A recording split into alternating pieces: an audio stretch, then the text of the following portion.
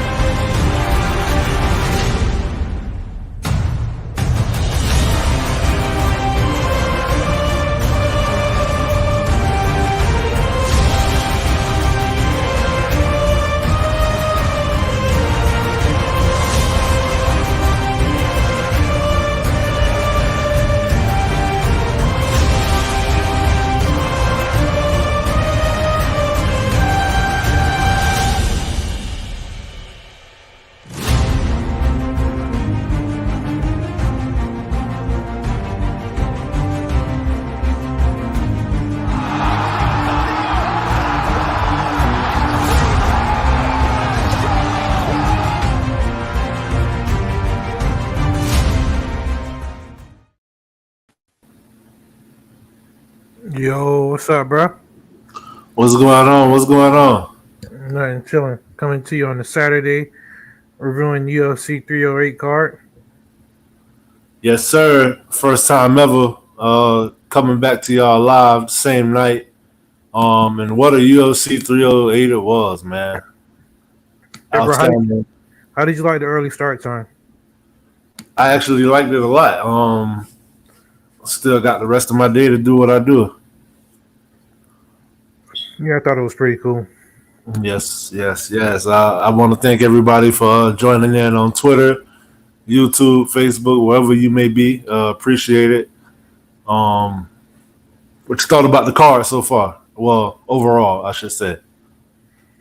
Overall, I think Matua, what's up? What's good? I think overall pretty good. I only had one disappointing thing in the whole night. That was it. So that's not bad at all. There was only one disappointment. On a grading scale of 1 to 10, what you got? Don't you? Gotta give it a 9. Okay, I thought you were finna say a 7. I was finna say what? No, what you finna give it? I give it like a 9, 8.5, 9. It was a really good card. It could even get a 9.5. Matua say 9, 10, A-, straight up. Definitely agree with that. So let's jump right into it. First match, opening fight, early prelims. Welterweight bout between Fakhretdinov versus Carlos Leal. What was your thoughts on that one? This was the one disappointing thing to me in the whole night because I felt like Leal got robbed. Obviously, I am a bit biased, because of my personal ties to him and stuff like that. I'm cool with his brother, but I think that he did enough to win the fight. At most, Fakhretdinov got one round, but there's no way in hell he won all 3 rounds and should have got a 30-27. That was extremely egregious, and it set a bad precedent.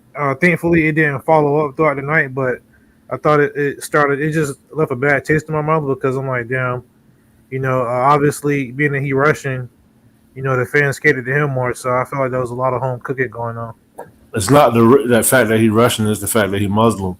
Yeah. Yeah, I would agree with you on that. It was a very entertaining fight. Carlos Leal definitely landed the cleaner shots. He did more damage. His takedown defense was amazing. Fakhretdinov got one takedown. Every other takedown was stuffed. Leal started putting pressure on him, catching him with the hands. Nasty leg kicks too, actually. Had Renat switching stances. I actually have Renat Fakhretdinov in the parlay, and that being said, once it went to the scorecards, I definitely felt like Leal won that fight, and then they showed the judges, and the one judge that gave it 30-27, I'm assuming he was Muslim as well, looking at his name. I can't remember what it was. Matua said, "What's wrong with a robbery? It was a clear robbery. No more than one." Leal looked really good. Yeah, he did look really good. I just hate to see him have his UFC debut go like that. If the fans look at it, anybody who watched it, definitely know that he won that fight, but it's still an L on the record. And the thing that's wrong with a robbery is the fact that you win that fight and you still only get half your pay, because he definitely didn't get his win money. He got his show money. Dana might show love and break him off anyway, but outstanding performance by Leal, and Renat got gifted a decision. Yeah, I don't know if you read the Montoya comment where she, what he say, ring card girls could have worn hijabs. Yeah. I'm actually glad they didn't wear hijabs. I prefer for them not to have hijabs. Leal looked really good. Muhammad Ali. Yeah, Hadi Muhammad Ali gave him a 30-27. That's insane. Good callback, Matua. I actually I took a picture of the TV, and I didn't have it available right now, but that's definitely who it was. And I don't know if he judged any other fights. Remember the last pay-per-view, they removed the judge from the fights. Yeah.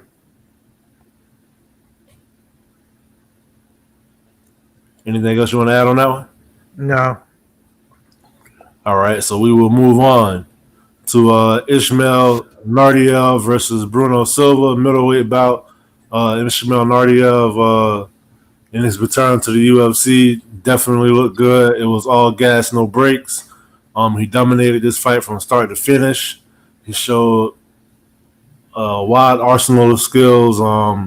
The gas tank was there. The striking was there.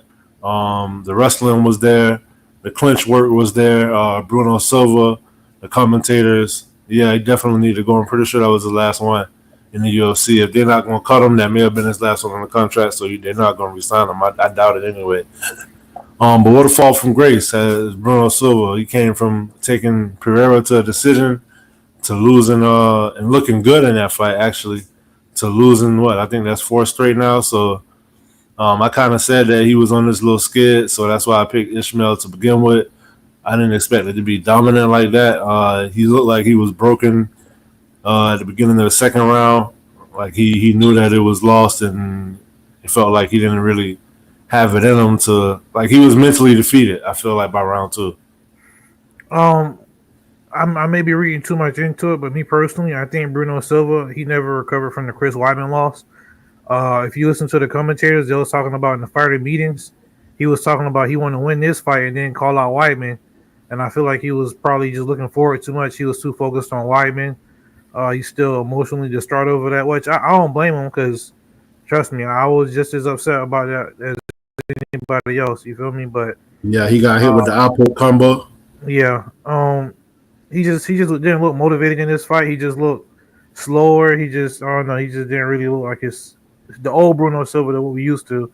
When he first came into the UFC, he started out with, I believe, 3 straight wins, and since then he on a 4-fight losing skid. So I think he probably going to end up leaving the UFC. I don't know if this was his last fight of his contract, but I don't see him sticking around too much longer. No, especially after it's not just the loss, but the performance. Matua say Weidman spammed those outputs. He damn sure did. But yeah, I think it's not just because of the loss, but the performance as well. That's what's going to get him relieved of his duties. Yeah, so he got 3 straight wins to start his 3 straight wins by knockout at that. Yeah. And then he lost a decision to Poetine, and then got submitted by Gerald Mishart, and then he beat Brad Tavares and lost 4 straight. Well, I guess that's the way the cookie crumbles for him.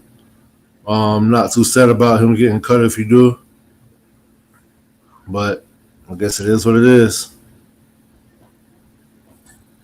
And in the next fight, we had Farid Basharat versus Victor Hugo.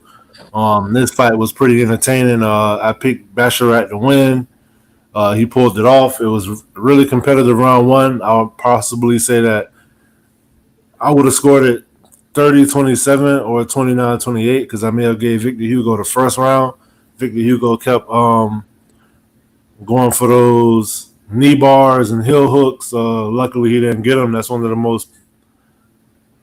hardest submissions to watch get pulled off effectively, in my opinion. And I always get nervous when I see it happening because the knee is like a second away from being okay to being gone, completely destroyed.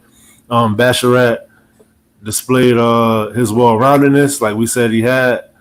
He was in and out with the strikes, good footwork. He was faster. He did get rocked with a couple of uppercuts, a couple of hooks. He ate an elbow that cut him. Both men bled in this one, and it was a very entertaining fight. Felt like the right man got the decision, though. I'm interested to see Victor Hugo moving forward. I feel like he had a better performance than I expected, even though he lost. Matua said he loved the leg attacks. I agree with you, too. Did better than I thought. At one point, it was kind of iffy who was going to win that fight. Towards the end of the third round, Basharat got some takedowns. I feel like Hugo came out in the third round knowing that he was losing and he needed a KO, and he went for it. But when he got over aggressive, that's when Basharat started using his wrestling, and it was just a very, it was an amazing display of Basharat's fight IQ, I thought. Yeah, Basharat, I wouldn't say he thrashed him or he dominated him, but he definitely clearly ran through him, I would say. I did expect for it to be more one-sided than what it was. I just thought he would dominate him and I thought this could be a potential beatdown of the night, you know. But clearly it wasn't. Respect to Hugo. I'd like to see where Basharat go from here. Yeah, and it was impressive too because he did it against the bigger fighter. Victor Hugo was obviously bigger. He was noticeably stronger too, so it was good to see him use his technique. And everybody listening to me, sure hit that like button, you know. Yeah, please do that. We would appreciate it. It helps out a lot. Don't just like it, subscribe it. Next up, go ahead, bro. Next up, we had a heavyweight bout. Kennedy and Nzechukwu moving up to heavyweight versus Chris Barnett. I had a parlay that pretty much got smashed because of this one fight. I had it to go over 1.5. Beast Boy. It's crazy because I was looking at his highlight package and seeing him do the front flips after his wins. And I thought to myself, I recall the time when I was a little younger, I used to flip and I could never land on my feet. But the fact that I'm a big guy doing flips, I saw it was kind of impressive to people. So I was practicing trying to land on my feet.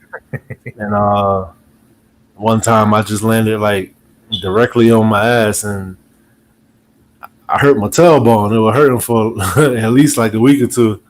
Never flipped again. But so I was thinking to myself, damn, like he need to chill with that. Like he might end up hurting himself. Then before the fight started, when he was being introduced, he hopped up in the air, and I was like, dang, like he need to chill.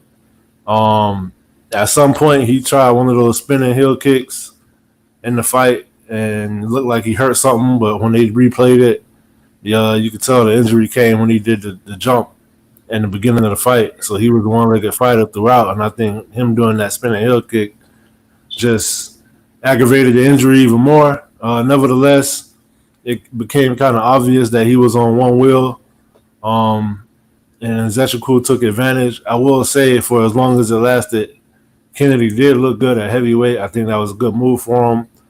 He didn't put on too much weight. He didn't come in looking like kind of how John Jones did in his first heavyweight fight. He looked like he was more in shape. It looked like it fit him more. It looked natural. Not to say that Jones looked like he was on roids or nothing, but when I say it looked natural, I mean you could tell that John Jones like just aggressively put weight on, whereas he looked like he just didn't have to cut weight. You get what I'm saying? Mm-hmm. So I feel like that's going to reinvigorate his career. And Nzechukwu with the TKO. and I hope Barnett get healthy soon. Yeah, in the weird sort of way, Barnett is kind of too athletic for his own good. You know what I'm saying? Like Yeah, all the jumping and stuff. That's his strength. A lot of the General Volante knockout, the spinning heel kick. But at the same time, him being so athletic and him jumping around, like the human body isn't made for all that weight to be coming down on your knees like that. You know, a la Zion Williamson from the NBA. That's why he keep getting injured. But when you jump up, you got to figure all the weight is coming down on your knee. You know, so I hope he get healthy. This fight was a bit skewed. I don't want to take nothing away from Nzechukwu, but obviously Barnett he just wasn't himself. And not to mention he tore his Achilles and came back 4 months afterwards. That's insane. yeah, it Especially is. somebody that big. You know what I mean? Yep. So I just feel like he was just kind of doing a little bit too much. Need to take a lot of time off, heal up, come back. Nzechukwu, I like to see where he'd go in the heavyweight division. There's a lot of good matchups for him. Maybe Robelis Despain or Austin Lane, somebody like that he can fight next. I think that'll be a good fight for him. Yeah, that's a good match, mate. And that's pretty much it. So next up, in the middleweight division, we had a boost Magomedov versus the Hulk Bruno Ferreira. Bruno Ferreira started off this fight. First of all, it was a clear size advantage for a boost. He was very technical in the first round. Powerful leg kicks, powerful hooks. Bruno Ferreira didn't really have much output offensively in the first round, but then when the second round came, he got more aggressive, started closing the distance, getting in close, landing those power shots. A boost got dropped, and once he got dropped, he had that, oh shit, am I fighting Sean Strickland look on his face. He looked like he was in a panic, so he tried to wrestle like just out of defense to try to survive. Bruno Ferreira definitely won the second round, clearly. A lot of power shots, he almost got him out of there. But in the third round, Abus was able to sink in arm triangle, and he got the sub. I was pretty impressed because Abus showed improvement in a way that he didn't fold under pressure. He was able to weather through adversity and come out with not just the decision, but also the submission. Like he finished it. I wasn't expecting him to finish in this fight.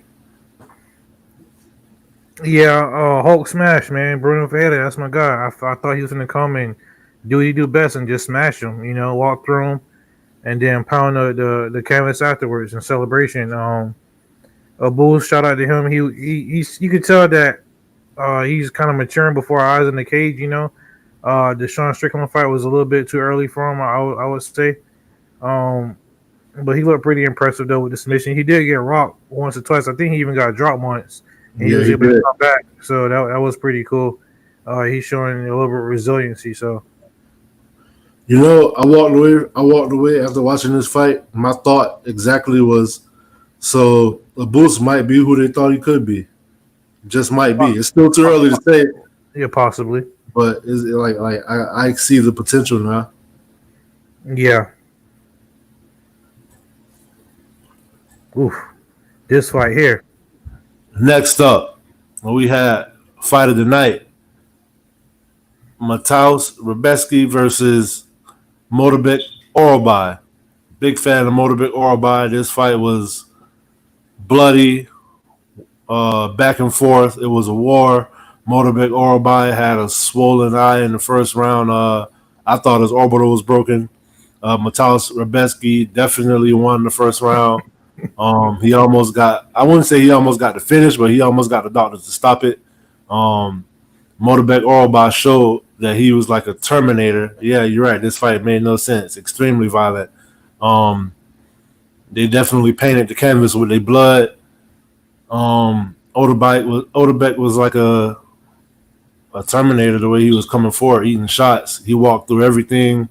I was surprised neither guy went for a takedown in the first round. Matter of fact, I'm thinking about another fight, but nobody went for a takedown in the first round. That kind of caught me off guard. They kept it on the feet. Orolbai was longer, but Rebecky were putting everything into every shot. Do y'all think Matthias might be carrying too much muscle mass? Yeah, I was wondering about that. This was a catch weight also, so he probably should move up a weight class.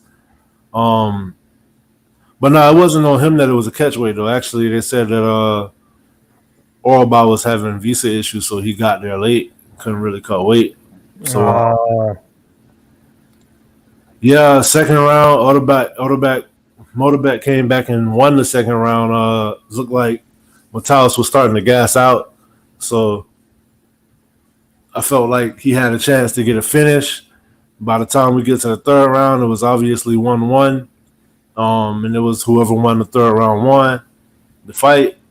And Motorbek Orolbai got rocked clean with a nasty overhand. And once he got rocked with the overhand, it was downhill from there. The eye started gushing even more. He got dropped, and Matthias jumped on top and tried to finish. First, he had him up against the cage, Orolbai covering up. He getting tagged, just eating punches. He drops. Matthias jumps on top, tries to get the ground and pound finish. Ref don't stop it. Orolbai recover, Orolbai reverse. This fight had some very entertaining scrambles on the ground. That was real fun. The stand up was just as fun as the groundwork.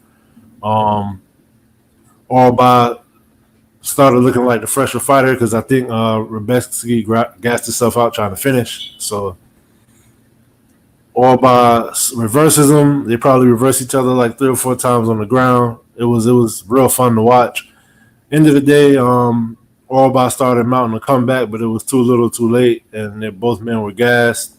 Hell of a fight, though. Definitely won fight of the night. They deserved it, and it's good to see when somebody lose a fight like that. They still get the extra 50 G's, so it's like you may not get your win purse, but you still walk away with that little bonus. Overall, though, the right guy won the fight. Yeah, the right guy won. You say you thought that Orolbai broke his orbital. I'm pretty sure he did. Medicals came back. They said it was just a soft tissue swelling. What? Yeah, he's a Terminator. That's crazy. Yeah, man. This was a brutal fight to watch, man. I enjoyed every second of it. It was bloody. Orolbai, his eyes swelled up. I believe in the first round, and it just got worse and worse and worse and worse and worse. The referee asked him how many fingers he had up. I still don't understand how he was able to give an answer. I don't think the referee covered his other eye. I think that's how he was able to tell. I mean, his eyes just look like that anyway. True that. My tour say I rock with the Polish fighters just because Poland helped Haiti during the Haitian Revolution. That's what's up. That's what's up. Sac passe. Great fight, back and forth, edge of my seat. Yeah. Orolbai, he actually started coming back, and then he had he gave Rebecky a nasty cut above his right eyebrow, and it was just dripping. And at one point, Orolbai was in top guard, and I couldn't tell. It was so, but both of them were bleeding so bad, I couldn't tell whose blood was who, and it was it was all over the legs, the chest. Yeah, it was just dripping, bro. Like they both just dripping blood. It was amazing. I enjoyed it. Certain people are squeamish and can't handle stuff like that, but to me, it just displayed the gladiator mentality. They're both warriors. None of them gave up. I respect both of them, man. Rebecky eyebrow fell off. Yeah, this was a nasty one, man. And shout out to Rebecky too, because I didn't see him winning this fight. I thought he was finna lose, because just I respect Orolbai so much, and I just thought he was, I know him as a Terminator. I thought he was going to win this fight, but yeah, all grit, for sure. This was definitely fight of the night, though.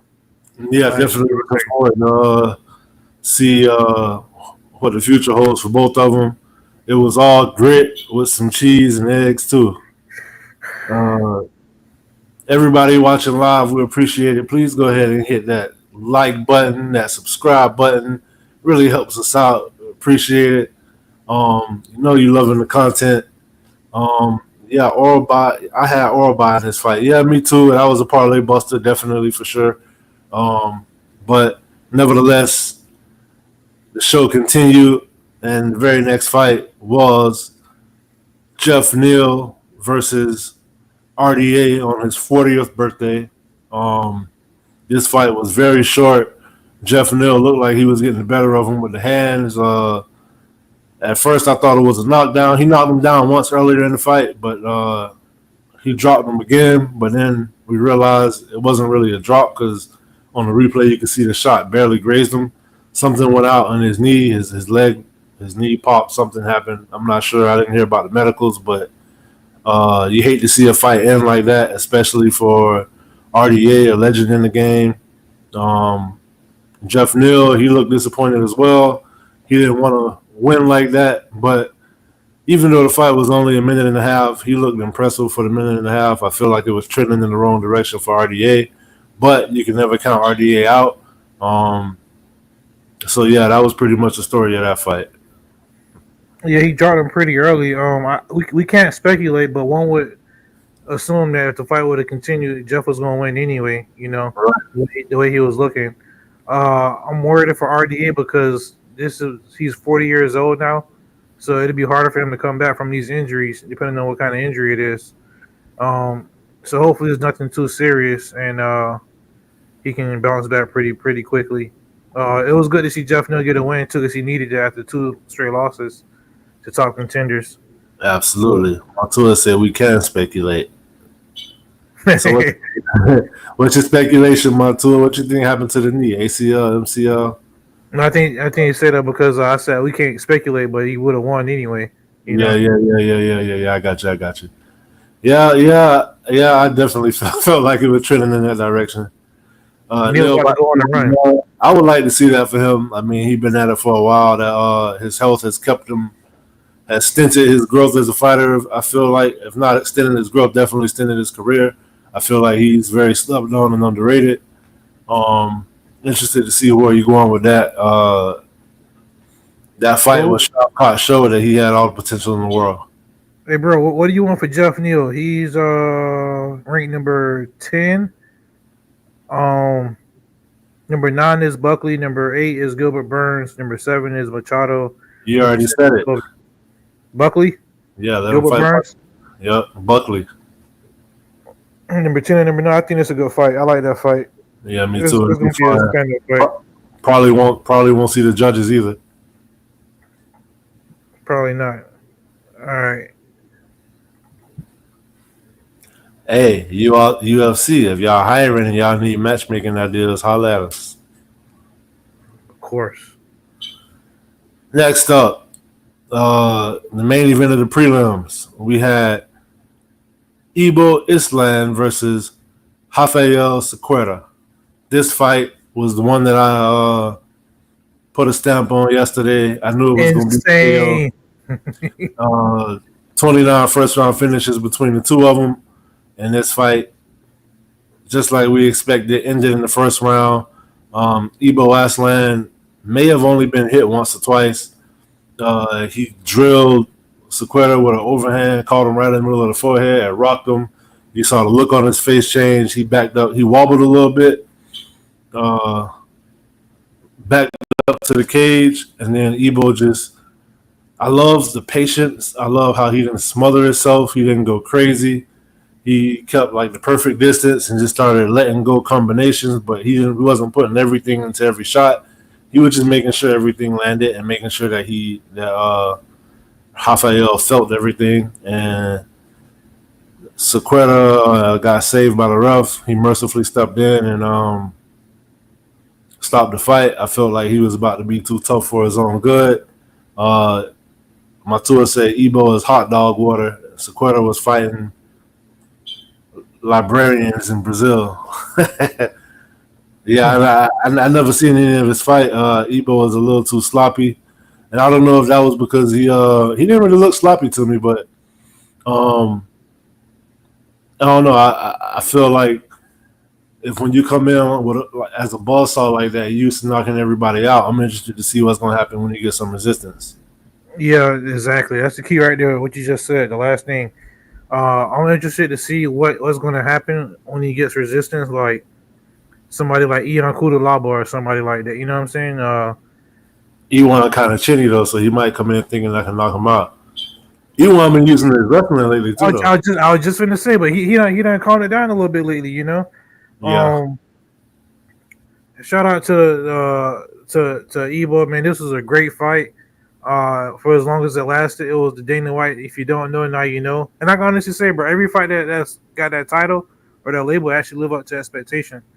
So good job with that. But yeah, two undefeated fighters, and they both just met in the center of the octagon. And Ebo pushed him back a little bit, and you can see Rafael, his eyes kind of went in the back of his head, and he just kind of got up against the cage, and he just started eating like crazy shots. I didn't count how many it was, but I would say it was at least 12, 13 just unanswered shots. Ebo versus Ian will be good level check for Ebo. Yeah. Yeah, it would be. Yeah, I'm interested to see where Ebo can go from here because I'm pretty sure Ian Kudalaba not ranked. You know what I mean? So I don't think he should get a ranked fighter yet. He only been in the UFC for 2 fights, so I think that's a good matchup for him. And Or also, even give with Johnny Walker. he said Squea first fight in the UFC and didn't land any strikes. That's how he ate enough of them, though. Yeah, it was pretty cool. And it's good to see a lot of new blood entering the light heavyweight division because it definitely can use it. Yeah, I agree. I'm looking out for Navajo Sterling. Navajo Sterling. Be on the lookout from him. Came from the Contender. He from City Kickboxing. All right. Light heavyweight. Next up, first fight of the main card. Throw Johnny Walker to heavyweight and have him fight his brother. Yeah, I know, right? Next up, heavyweight. I mean, not heavyweight. First fight of the main card. We had Shara Bullet versus Armin Petrosyan. This fight started off pretty good. A lot of good action back and forth. Both men were landing shots. The way Shara uses his kicks is impressive. I would definitely say that. Look, Matua know what I'm talking about. Navajo, the real buzzsaw. Yeah, bro. He on. They put him on the Tampa card. I forgot who he fighting, but Hey, well, real quick, I had to cut you off. I just started watching Contenders in the last, I'd say, 5 or 6 weeks. So I guess he fought before that, but I'm definitely a fan of Contenders. I was sleeping on it before, but I will concede Contenders is where it's at. yeah, absolutely. They can do away with Ultimate Fighter. They should. So Shara Bullet with the double back fist knockout. Definitely Nasty. that was an amazing knockout. It was very impressive. And it was a walk-off too. It's like he hit him with it, he knew what time it was and just walked off. He called out Israel Adesanya. He was also saying that there are some places in the US that will clear him to fight. So we gotta see how that play out. This season of Contender Series is amazing. Double. Yep. That was impressive. Never saw anything like it. That's gonna be a highlight reel for ages. Kind of like when Joaquin Buckley knocked out. I can't think of his name right now. You know what I'm talking about. Yeah, Epic Sanganai. What you got on this fight, though, bro? Bro, I ain't gonna lie. When the fight started, Armin, he came out, and I would see that for the first minute, he was tearing up Shara Bullet's leg, and Shara started checking it. And Armin, he actually looked pretty good, and I was pretty impressed. I thought he wasn't going to last at all. They might let him fight in Alabama. But Shara, he actually he started finding his range and finding his rhythm and catching him a little bit. And the double back fist KO was just a thing of beauty. It was so nasty. And I was watching the fight, but I didn't really see I didn't see it happen. It was just happening kind of quick because he came in with the first back fist and they got blocked and he just spinning around immediately. He didn't even think about it, and just caught him with another one and he just dropped him. And the way Petrosyan just dropped to the ground, he knew it was over. Walk-off KO. Nasty. Armin a little dope till he got put down with those side kicks to the body. Yeah. Yeah, that was pretty cool, too. I'm really impressed with Bullet? kicking game of Shara, but Armin Petrosyan did look really good. We were just talking about earlier how Shara hadn't had any knockouts in the UFC. I think he maybe had one, but he was touted as a knockout artist. I felt like Petrosyan could have actually won this fight. I wasn't 100% sure on this one, although I did pick Shara. I felt like it wasn't like a super confident pick because I wasn't sleeping on Petrosyan at all. He definitely had a good showing, and who knows? Like if it would have went to the judges, he probably could have won that fight. But that knockout just erased everything. The double spinning back fist seems like a trick play. I don't know nobody do spinning back fists back to back like that. Yeah, that was insane. He looked like a sprinkler or something, or a washing machine. Yeah. He did. It's like when Anthony Pettis jumps off the cage and kicks Vincent Henderson in the head. Yeah, another classic moment. Next up, featured bout featherweight division. We had Lerone the Miracle Murphy versus 50K Dan Ige. I'm gonna let you take this one away. So I was very interested in this fight when the fight started off. I felt like Lerone had the better footwork and he would be speed. It was kind of speed versus power because obviously 50K got that power to put anybody out in this division. And it showed too because Lerone. What I noticed about him in this fight, he was throwing everything into his punches, bro. And that's how he actually got caught because he threw a hook and he threw everything to it and kind of got himself off balance a little bit. And 50K just ducked and caught him with a hook in return and just put him on. Not even gonna say put him out, but it dropped him. And I thought he was actually going to get the KO, honestly. Yeah, that was his chance. That was his chance right there. Yeah, but Lerone Murphy he came back and he recovered from that. He actually got a takedown or two in too. He started utilizing his wrestling a little bit more. I would say Ige won the first round. I gave Murphy the second round, and the third round was kind of hard, bro. Initially, I gave the third round to Ige, so I felt like he could have won this fight, but this isn't a robbery, and I'll have to go back and watch the fight again. But I felt like Ige possibly won the third round, but it is very hard to tell. This was definitely a good test for Murphy, a gut check for him. The only thing I am kind of sad about is I don't want to see Ige fall out the top 15 because he was ranked 14. Right. So I don't want to see that happen because I'm a big fan of him. Yeah, I don't think it was a robbery either. I agree. I thought Lerone Murphy won that third round. It was definitely 2-2 going into it.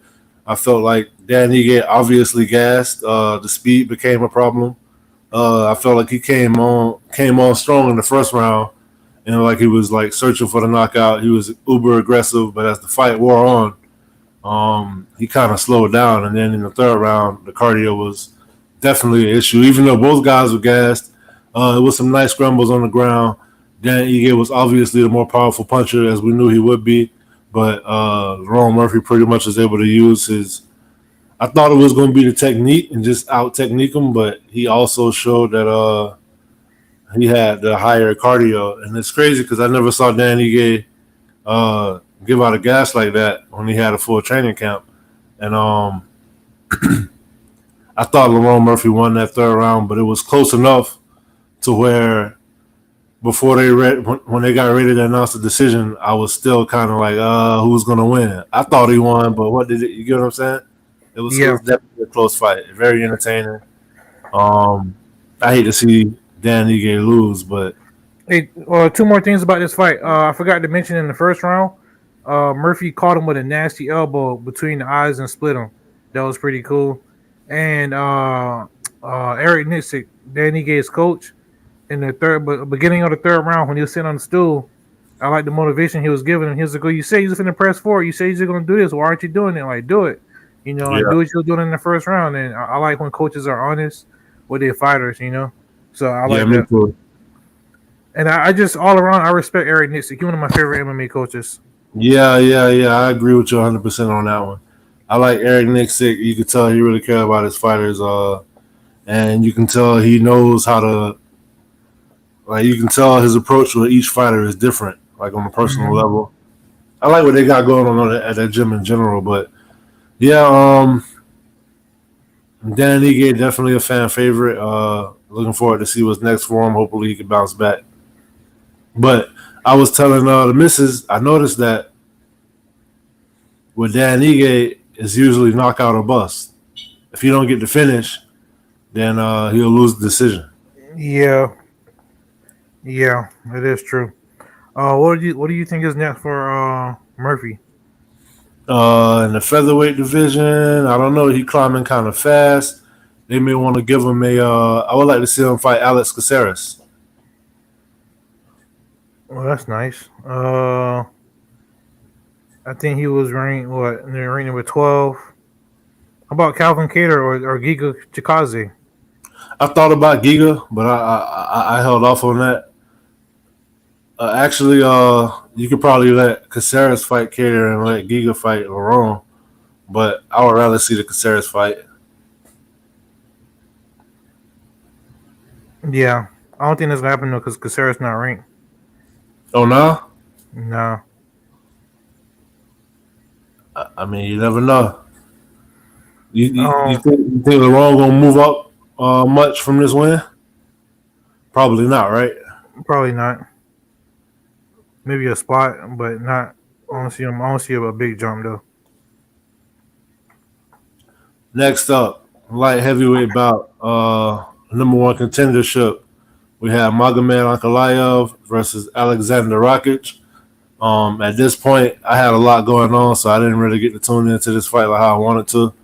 But I felt like if I had to do what I had to do, this would be the fight to do it. To be honest with you, was I right or was I wrong? You was right, bro. You was right. It's Ankalaev fight. I mean, Yeah, I'll do my best to break it down, but it ain't one might I still did kill hear. Rocket. I did hear from a distance, Rakić coach telling him that he was up 2-0, Now and based see, off of what I saw, I didn't think that was true. now see that was be one of my points because after the fight, Rocket raised his hand. You could tell that he actually thought that he won because sometimes fighters raise their hands and you could tell they're just kind of doing it for show and they don't really believe in their heart of heart. They know they got their ass whooped. You know what I'm saying? But Yeah. Rocket, he actually thought that he won the fight, and I thought that was pretty interesting. And I didn't like that his coach was telling him you up 2-0 because he wasn't. Bro, when he fought Anthony Smith, he utilized his kicks and he was kicking a whole lot. And even when he fought Prohashka, but for some reason for this fight, maybe he was afraid of the takedown, which Ankalaev don't. I'm starting to realize don't go for too many takedowns. But yeah, man, Ankalaev he just kind of controlled the pace of the fight for rounds 2 and 3. Round 1 was a little bit more even, but rounds 2 and 3, and he actually caught him with a few stiff jabs or whatever. But that was pretty much it. Matua say cut Rakić and the UFC should give Ankalaev Killer Khalil just to mess with him. I'm not a fan of Ankalaev at all, but No, me he either, deserves a title shot. man. And I actually would like for them to give him Poatan just so Poatan can knock him out. Yep, and get him out of the way. Stop crying about a title shot. You had your title shot. You couldn't win it. You fought to a boring draw against a 40-year-old Jan Blachowicz. Then they gave you a number one contender fight against Johnny Walker. You blew that, and then they gave it back to you. You finally won. And the most exciting highlight from his career is Kudalaba? the spinning heel kick against Iwan Kudalaba. He knocked him out nasty the second time too, though. So What's up, Dean? You say I'm not afraid either. Dean, what's going on? Well, Brandon Mack say, I ain't scared of you motherfuckers. His jaws broke and his tooth cracked, son. Yep. This fight Next was up, a pretty brutal one too. we had Bobby Knuckles, Robert the Reaper Whittaker versus Hamzat Boraz Chimaev. This fight broke my heart. I was looking forward to it. Broke your heart. It broke the man's jaw. Yeah, but you could live with a broken jaw. Yeah, man. This is pretty much Hamzat being Hamzat. It makes you wonder how ridiculous his squeeze is. Beginning of the round, he come out, he get the takedown. Bobby keep trying to get back up. Hamzat keep putting him back down to the ground. He got a nasty face crank on him, and once he started squeezing, Robert Whittaker tapped expeditiously, we'll say. He was like a panic tap. And then you got the picture, bro? I got it later, yeah. All right. So we're gonna show y'all a picture later of why he tapped, broke his jaw or dislocated his jaw, something like that, and actually like broke some of his teeth, pushed his bottom tooth line in, a la Devin Clark. Hamzat, I feel like he's coming for that belt. The only problem is he can't fight in the U.S., so I don't know what they're gonna do with that. So I feel like because of that, he can't be next. They're gonna have to stick with Strickland until they go back cross seas. I'm still trying to fathom how strong this human is right here, bro. Because it's not like he had to choke. Oh, you think he's human? That's what you messing up right now. Wait, why can't he fight in the U.S.? That's weird, bro. Why can't he fight in the U.S.? I'm gonna let you explain that. Visa issues. I can't 100% verify this, but allegedly, he is affiliated with someone who may be involved in anti-U.S. activities. Good way to put it. And so, because they feel like he's affiliated with that, allegedly, and because I feel like a combination of that with how when he went like, oh, I kill everybody, I feel like all of that put together is just like, I was like, But I feel like that's also why he trying to tone it down. I feel like he maturing more and he's just way more calm and laid back and relaxed. I feel like that could have something to do with it. Dean says here, terrorist. Matua said, from across the bottom row of the teeth. Is he on a terrorist? He a terrorist. Yeah. This is pretty impressive, bro. Like I ain't never seen nothing like this before. He said, "Kill." That on that one. Yeah, it was really impressive. It wasn't really a whole lot of fight. But question though, should he skip Sean Strickland? No. I agree. Wow. I agree. I only agree. Only he deserves it more than Strickland. But I only agree that he shouldn't skip him because the UFC already said that he's getting a title shot. You feel me? Right. That's the only reason. That's the only reason. Yeah. Like you can't promise a fighter a title shot and then take it away because somebody else did something that you consider more impressive. You feel me? Unless they take it away to give it to Frankie Edgar. then they'll do it. Cupcake said, stupid question. Why can't he fight in the U.S.? There are some allegations about his affiliations to people who don't like the U.S. very much. So allegedly, that's what it is. But I mean, we don't know for sure. That fight shows how good Kamaru is. It definitely does. But I mean, I feel like Robert Whittaker couldn't really show how good he was because his face got crushed. I mean, sometimes I don't like when fights that are highly anticipated end in this way because it's like we never got to see. Like I still don't know the answer. You get what I'm saying? Yeah. Dean says the same thing. That's assuming that Sean Strickland beat DDP. Which honestly, I would rather see DDP versus Chimaev than Sean Strickland versus Chimaev. But I want DDP to lose to Strickland. Yeah. Matua, would you rather Redneck Strickland or Terrence Chechen Wolf as a champ? I'm a Strickland fan, so I would say Redneck Strickland. Yeah, I mean, I'm a huge Strickland fan too, but I like new things, like new champions and whatever. So I will go with Chechen Wolf. I'll let this one get the belt. I feel like he can't lose either way, though. Yeah, and I also like to see undefeated champions too. I like seeing that. Here you go. Nice segue.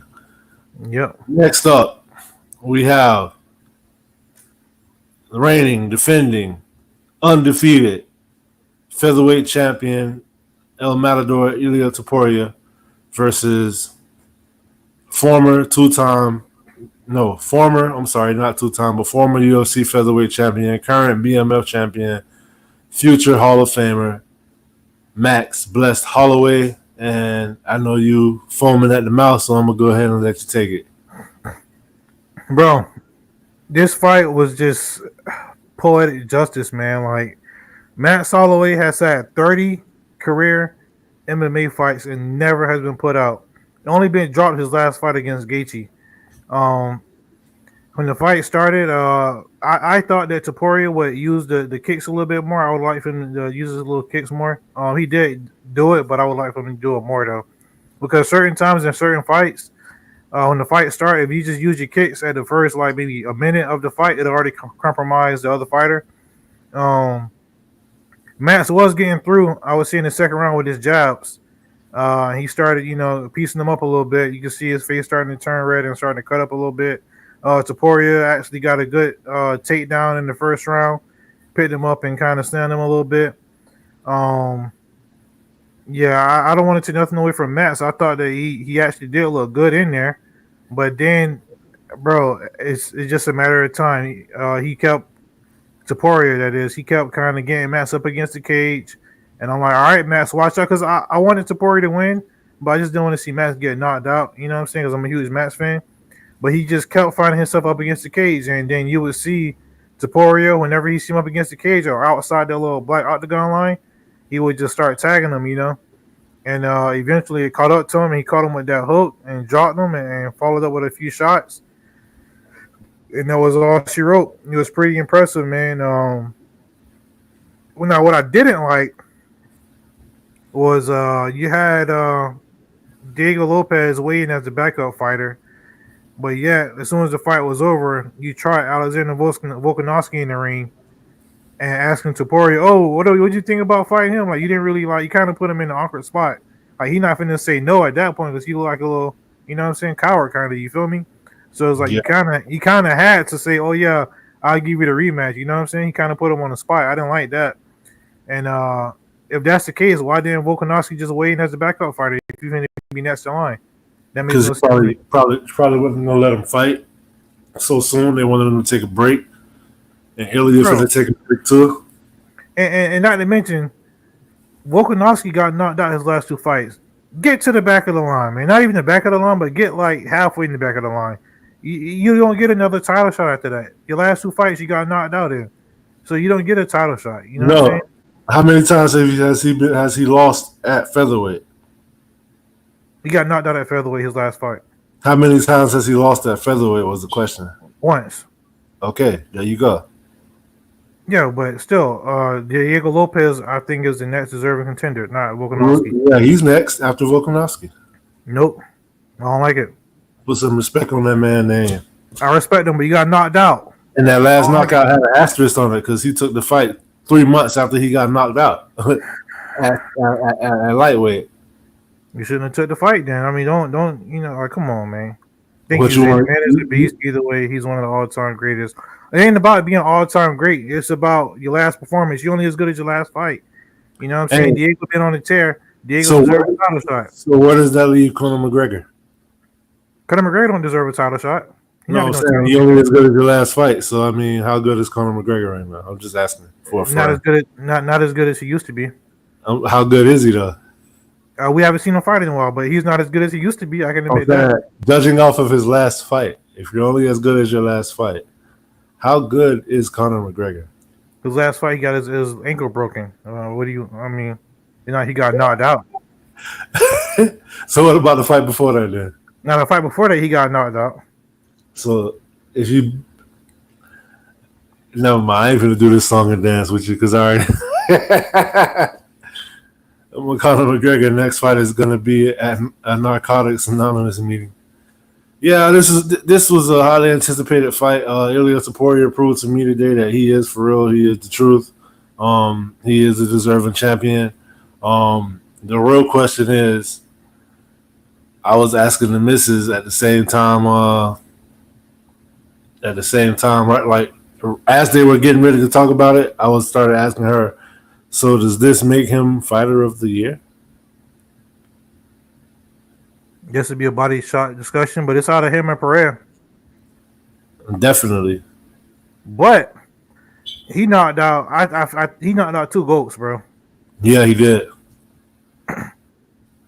Pereira, I don't know if it's when it's all said and done. Is Yuri gonna be considered the GOAT? Jamal Hill gonna be considered the GOAT? Ronchi gonna be considered the GOAT? No, but Alex is going to be considered the GOAT because of what he did, when he did it, the way he did it, and how frequently he did it. But like you said, that's a body shot discussion. Tune in so y'all can hear us argue about that because I know we ain't going to be on the same page. And had a war with Khalil that proved Alex's medal. Yeah, definitely. And I don't know. I mean, this fight kind of had me in my feelings because I knew Topuria could win. I just didn't want Max to get knocked out. It says a lot knocking out Max Holloway and Volkanovski. First person to ever knock out Max Holloway. Max already said he going up to 55 now. I feel like he already know like his time has come to an end at the featherweight division. I mean, the 2 people fighting for the belt have both beaten you. You feel me? So you pretty much cleaned out everybody else except for Diego Lopez, who probably going to end up moving up eventually too. So, yeah, I think that's the right move for him. We're probably going to put that BMF belt on the line. And that's another thing, too.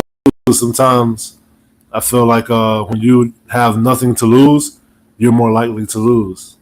Like, Volkat didn't really have much to lose against Islam. Max, he still was going to have his belt regardless. You get what I'm saying? Yeah. Topuria was going. I read a comment from the show earlier where they were saying how Topuria has not only his belt to lose but his undefeated record, and they think that undefeated record means as much to him as the belt. So it showed. I love having undefeated champions because it just adds to their allure even more. And plus, obviously, I'm real biased against Topuria because I've been calling out for him since I first seen him. You feel me? And I just feel like when it's all said and done, you're gonna have your Aldo, you're gonna have your Volkanovski, you're gonna have your Max Holloway, but none of them are gonna be as good as Topuria when it's all said and done. Matua says Max's style is made for him getting knocked out. Ilya as well. Hamzat can have a long career with his style. No punches taken, no punches thrown. Yeah, that is a good point about Hamzat.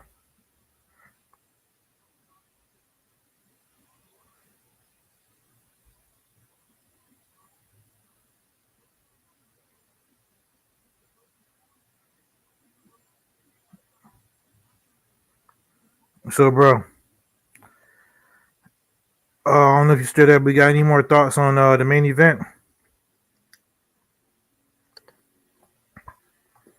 I think Max, his next fight should be Dustin Poirier for the BMF belt. That might be Dustin's last fight. I'm not sure how many more fights Max got left in him.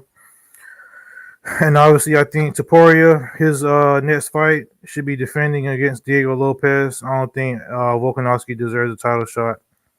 But that's pretty much that. The bonuses were given out to Shara Bullet for KO of the night. Bektik and Orolbai got fight of the night. And I believe Topuria also got a bonus too. So all of those fighters will be getting extra 50,000. So that's pretty cool. Like I said, this is the first time we ever seen Max get knocked out. So that was pretty stunning to see. I said on the previous show that I can never see Max getting knocked out, and damn it, it happened. He proved me wrong. But that's pretty much it. We're gonna get into our honors of the night. Hold up.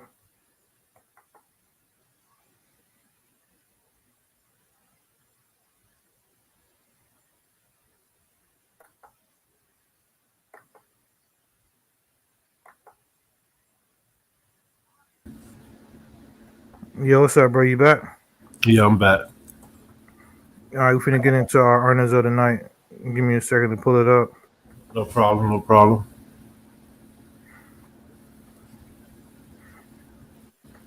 Anything else you got on the match fight? No, that was pretty much it. It was definitely worth the watch. I enjoyed it. I was kind of shocked. I had a villains parlay going that I hit on, but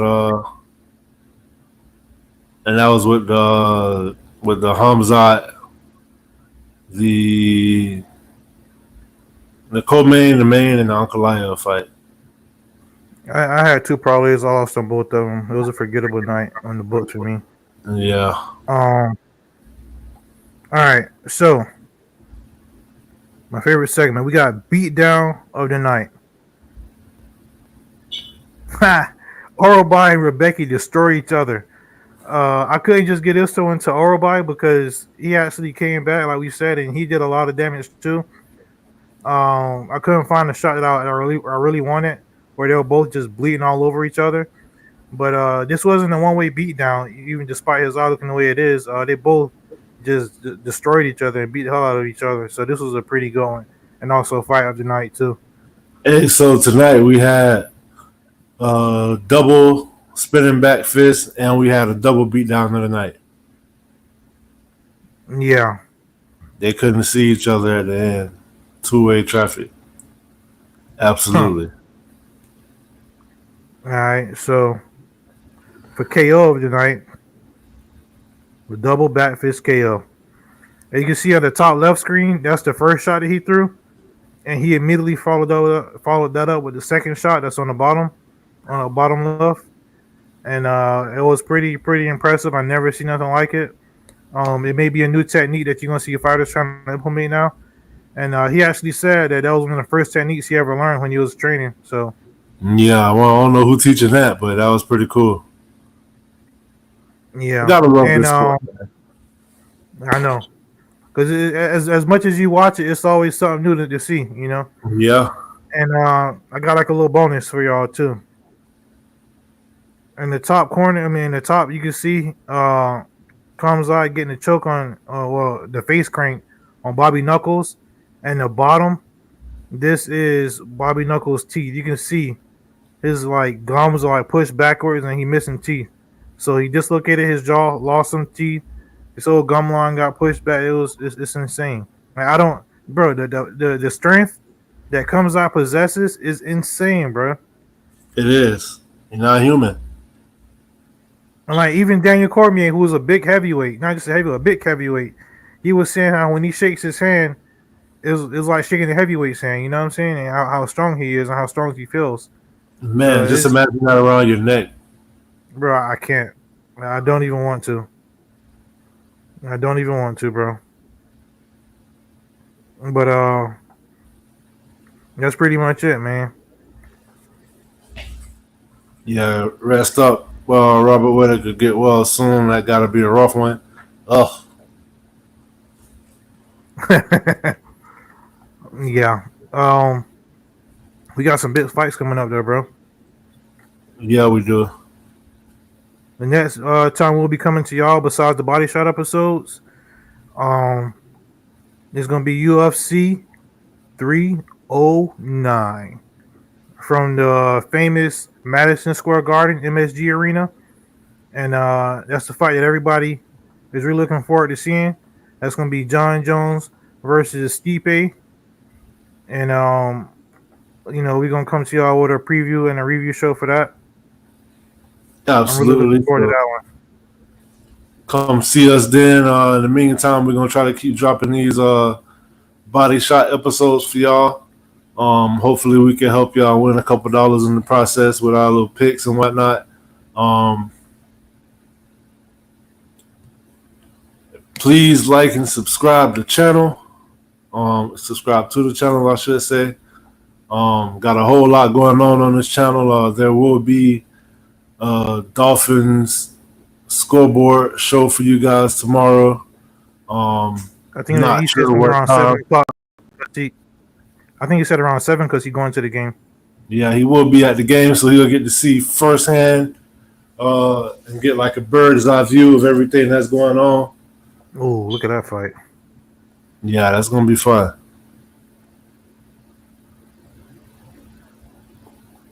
Is what I don't understand is they have Carlos Prates on this card and on the card the week before it.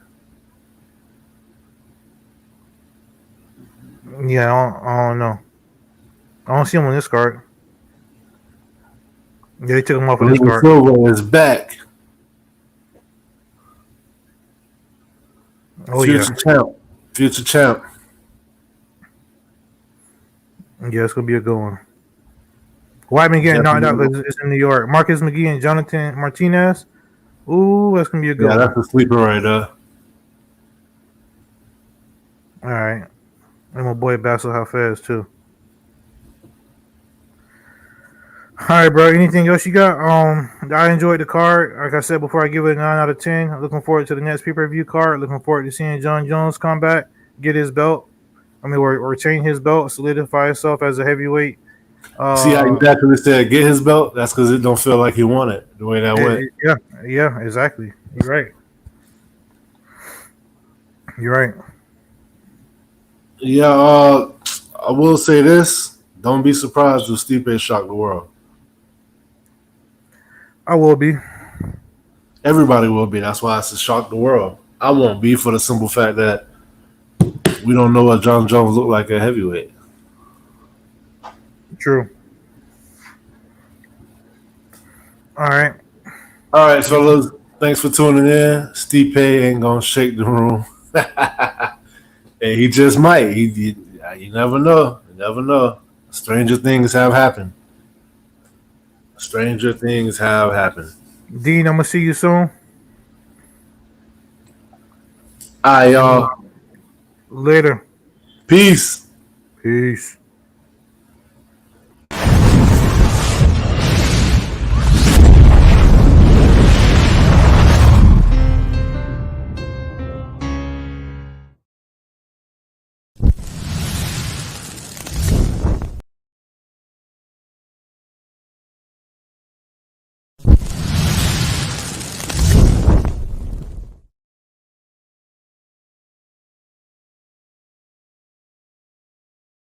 If you want to be the best, you got to beat the best, and the best is blessed, baby. All right, gentlemen, we've been over the rules.